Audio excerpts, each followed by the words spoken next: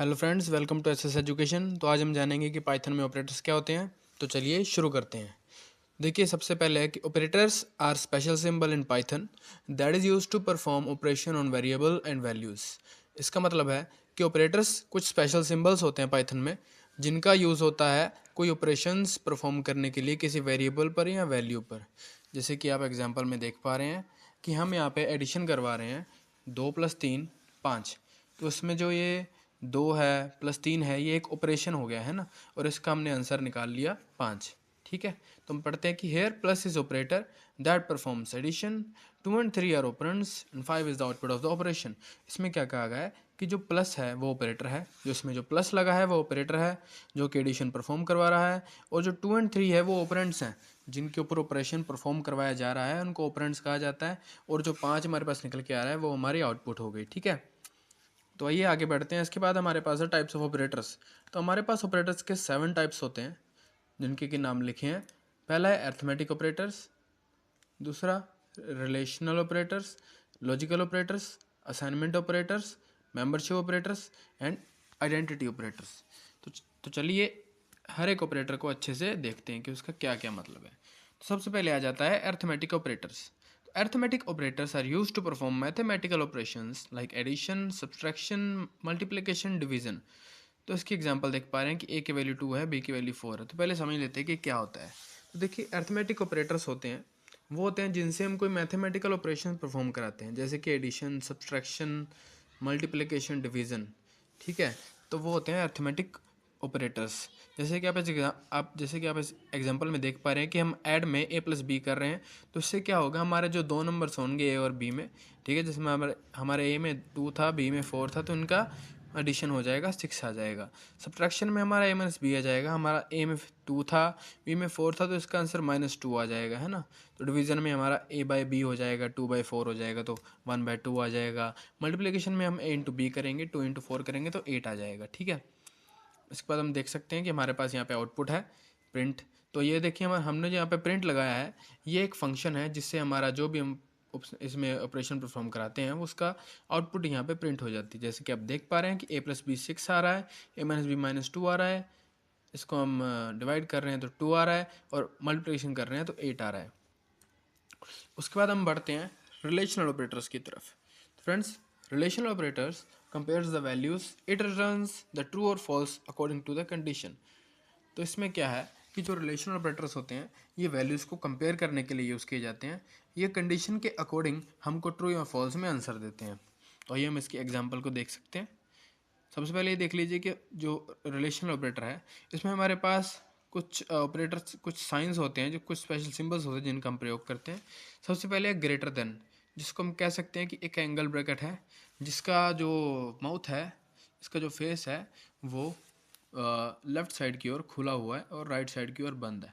उसके बाद है लेस देन और इक्वल टू। इसका मतलब होता है कि ये लेस देन और इक्वल टू है। अगर मान लो कोई नंबर है, ठीक है, वो हमारे पास जो इसके लेफ्ट साइड नंबर लिखा होगा वो अपने राइट साइड वाले नंबर से कम है या उसके जैसा है, तो हम इसका यूज़ करते हैं तो ट्रू आएगा, है ना। उसके बाद है इक्वल टू। अगर नंबर्स एक दूसरे के इक्वल हैं तो इसका प्रयोग किया जा सकता है। नॉट इक्वल टू, अगर नंबर एक दूसरे के इक्वल नहीं है। तो ग्रेटर दैन और इक्वल टू, इसमें क्या है, जो लेफ्ट वाला नंबर अगर अपने राइट वाले नंबर से बड़ा है तो इसका प्रयोग होता है। लेस देन, तो सिंपल हो गया कि अगर मान लो जो लेफ्ट वाला नंबर है वो अपने राइट वाले नंबर से छोटा है तो उसका हम यूज़ कर सकते हैं। उसके बाद हमारे पास आ जाता है, हमारे पास जो रिलेशन ऑपरेटर्स है उसके हमारे पास एग्जांपल है। इसमें एग्जांपल में देख पा रहे हैं कि हम यहाँ पे सारे ऑपरेशंस परफॉर्म कर रहे हैं। तो print a is greater then b। अब देख सकते हैं कि a की वैल्यू हमारे पास जो है, हमारे पास a की वैल्यू 2 है और b की वैल्यू 4 है। तो हम देख सकते हैं कि जो a है वो b से ग्रेटर नहीं है, इसलिए फॉल्स आ रहा है। तो a is less than b, तो ये ट्रू है। ठीक है, a इज इक्वल टू b, तो हमने 2 बार इज इक्वल टू लगाया है, क्योंकि ये हमारे पास ये एक ऑपरेटर होता है, इससे पता लगता है कि वो एक दूसरे के इक्वल है कि नहीं। अगर एक लगाएंगे तो वो असाइनमेंट होगा। ठीक है, तो ये फॉल्स आ रहा है। तो a not equal to b, ये ट्रू है, वो इक्वल नहीं है इसलिए ट्रू आ रहा है। So a greater than is equal to b, अगर उससे बड़ा है और उसके इक्वल है तो ये भी फॉल्स आएगा, उससे बड़ा नहीं है, उससे छोटा है। तो a less than is equal to b, हाँ उससे लेस देन है तो ट्रू आ जाएगा।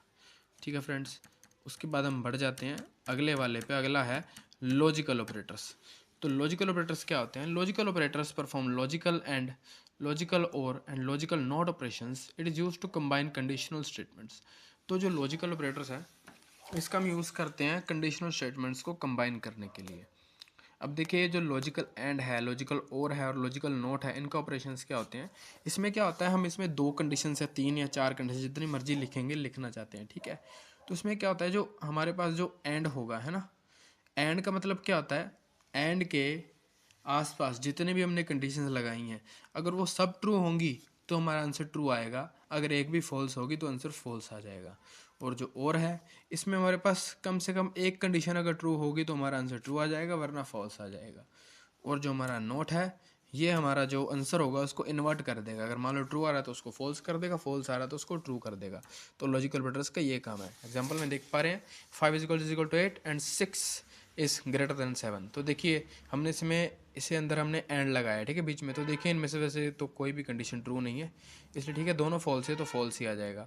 5 इज इक्वल टू 8 और 6 इज़ लेस देन 7। इसमें क्या है, इसमें जो एक कंडीशन हमारी ट्रू आ रही है, जो 6 है वो 7 से लेस है, तो और में हमारे पास एक कंडीशन ट्रू चाहिए, इसलिए हमारे पास ये ट्रू आ गया, ठीक है। इसके बाद हम देख लेते हैं असाइनमेंट ऑपरेटर्स। तो assignment operators are used in Python to assign the value to variable. Variable में वैल्यू असाइन करने के लिए हम असाइनमेंट ऑपरेटर का यूज़ करते हैं पाइथन में। जैसे कि आप देख पा रहे हैं एग्जांपल में कि हमने ए को 5 की वैल्यू दी है, मतलब इसमें क्या होता है, जो वैल्यू है वो लेफ्ट से राइट को असाइन होती है, सॉरी राइट से लेफ्ट को असाइन होती है, जब जो 5 है वो ए को असाइन हो चुका है, ठीक है। अब इसमें हम इसके एग्जाम्पल देख सकते हैं। सबसे पहले हम देख लेते हैं कि ये कौन कौन से होते हैं। देखिए सबसे पहले असाइन का हमारे पास सिर्फ एक इजिकल टू का साइन है, तो वो असाइन वाला हो गया। ऐड एंड असाइन, इसमें हम क्या कर रहे हैं कि प्लस इजिकल टू लिख रहे हैं, हम आगे देखेंगे इससे क्या होता है। सब्ट्रैक्ट एंड असाइन हम माइनस इजिकल टू लिख रहे हैं। डिवाइड एंड असाइन हम डिवाइड इजिकल टू लिख रहे हैं। मल्टीप्लाई एंड असाइन हम मल्टीप्लाई इजिकल टू लिख रहे हैं। मॉडुलस एंड असाइन हम मॉडुलस इजिकल टू लिख रहे हैं। एक्सपोनेंट एंड असाइन हम एक्सपोनेंट होता है जिससे कि स्केयर हो जाता है, आपको दिखाऊंगा हम 2 स्टार्स लगा के इजिकल टू लिख रहे हैं। Floor divide and assign, floor divide में हम जैसे हमने पहले 2 स्टार लगाए थे, इसमें हम 2 डिवाइड लगा रहे हैं और असाइन कर रहे हैं। अब हम इसके एग्जाम्पल देख रहे हैं। एग्जाम्पल में हम प्रिंट बी, देखिए जो बी है वो हमारे पास क्या है, 10 ही है, ठीक है। देखो a equal to 10, b equal to a, तो b की वैल्यू भी a ही हो गई ना, और b की वैल्यू भी 10 हो गई ना, तो प्रिंट b है, पहले 10 आंसर आ गया, ठीक है। फिर हमने क्या, b plus equal to a। अब देखिए इसका क्या मतलब होता है, इसका मतलब होता है जब हमने लिख दिया b plus equal to a, तो मतलब ये हो गया b equal to b plus a। तो हमने b प्लस ए कर दिया, तो b प्लस ए, b भी 10 a भी 10, तो हमारा आंसर 20 आ जाएगा। तो b plus equal to a, तो हमारा आंसर 20 आ गया, ठीक है। फिर हमने क्या, b minus equal to a। अब देखिए हमारे पास जो b था वो 20 हो चुका था ना, हमने प्लस कर दिया, तो हमने उसमें से हमने अभी क्या कर दिया, b equal to b minus a, तो हमारे पास वो 10 रह गया, ठीक है। तो अभी क्या आ रहा है, b multiply equal to a। अब हमारे पास b 10 रह चुका था, हमने जो माइनस किया था, तो हमने क्या कर दिया, b equal to b multiply a। तो ये करने से हमारा आंसर 100 आ गया, ठीक है। और उसके बाद हमने क्या किया, बाद हम देख पा रहे हैं हमारा मेंबरशिप ऑपरेटर। तो मेंबरशिप ऑपरेटर क्या होता है, in and not in are the membership operators. They are used to test a value और variable is found in sequence, string, list, tuple, set and dictionary. तो हम क्या कह सकते हैं कि मान लो मेंबरशिप ऑपरेटर में हमारे पास 2 ऑपरेटर्स होते हैं, इन एंड नॉट इन, ठीक है। तो इनका क्या होता है, हम इसमें कोई वैल्यू को या वेरिएबल को टेस्ट कर सकते हैं कि वो सीक्वेंस में है या नहीं, ठीक है।